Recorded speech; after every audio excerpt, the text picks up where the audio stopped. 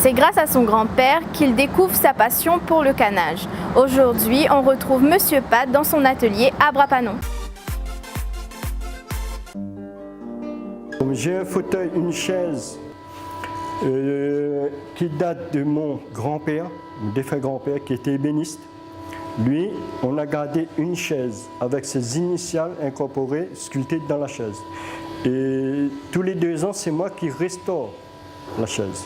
Et ça, on garde en patrimoine pour la famille. Ben là-dessus, il faut surtout bien surveiller parce que l'endroit où ça casse le plus souvent, c'est qu'on remonte.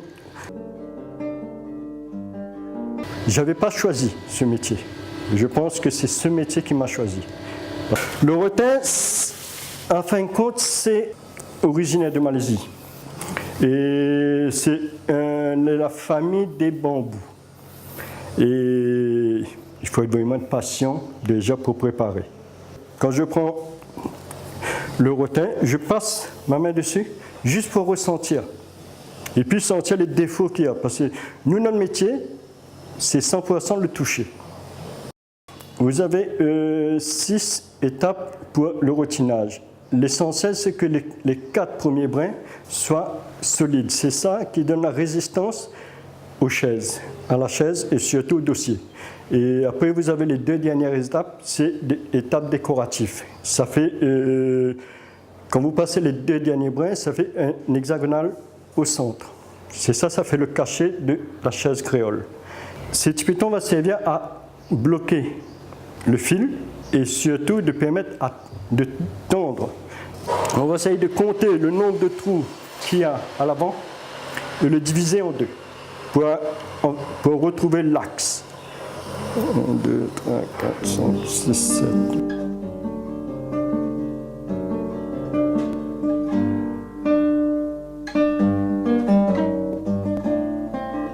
Là-dessus, il faut surtout bien surveiller parce que l'endroit où ça casse le plus souvent, c'est qu'on remonte. Moi, je souhaiterais que les jeunes continuent. À ma descendance, je sais que mes petits-fils, eux au moins, ils vont essayer d'acquérir cette façon de travailler, le bois et tout. Bon, ben voilà, j'ai déjà un, lui, chaque fois j'ai des meubles à monter, il sait tout, c'est-à-dire que si j'installe des pommelles ou bien des charnières ou le réglage des portes, il sait d'avance ce que je vais utiliser. Mon premier travail effectué, c'est une chaise rotinée, faite entièrement, et je l'ai offert à ma mère. C'est mon premier souvenir. Les meubles d'antan, c'était des armoires ou bien des livings avec on appelait ça des frontons, qui étaient carrément chapeau de gendarme. Et la porte aussi était à l'identique. Et pour tracer le fronton et le chapeau de gendarme, il fallait tracer à la main levée. Sans outils, sans compas, à la main levée. Et ça, et là, il nous a bien précisé que si vous réussissez à tracer un chapeau de gendarme ou bien un fronton d'un meuble à la main levée, si vous acquériez cette technique, normalement, vous pouvez tout faire. Il faut vraiment être patient. C'est là qu'on voit si quelqu'un a de la patience. Parce qu'il ne faut pas tirer à grande vitesse, il faut bien prendre le temps et surtout ne pas tromper. Et c'est assez délicat à passer, il faut être vraiment concentré.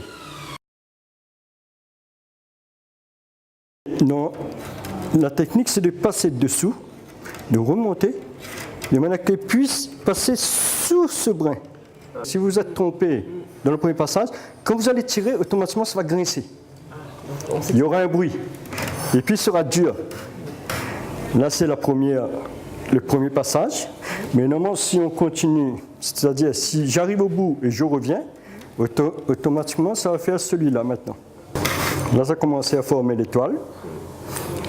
Et nous allons avoir le dernier passage, le 6e.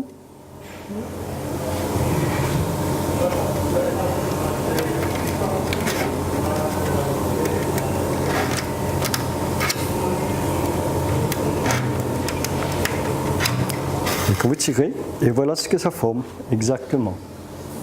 Et là, c'est traditionnel. Là, on reconnaît le travail bien fait et le travail routiné et par rapport à ces petites formes. À chaque étape de la fabrication, le rotinage, il y a un son. Et on sait d'avance si c'est bien rotiné. C'est un peu comme un tam-tam. Quand quelqu'un tend la peau, il sait d'avance ce qu'il va donner comme son.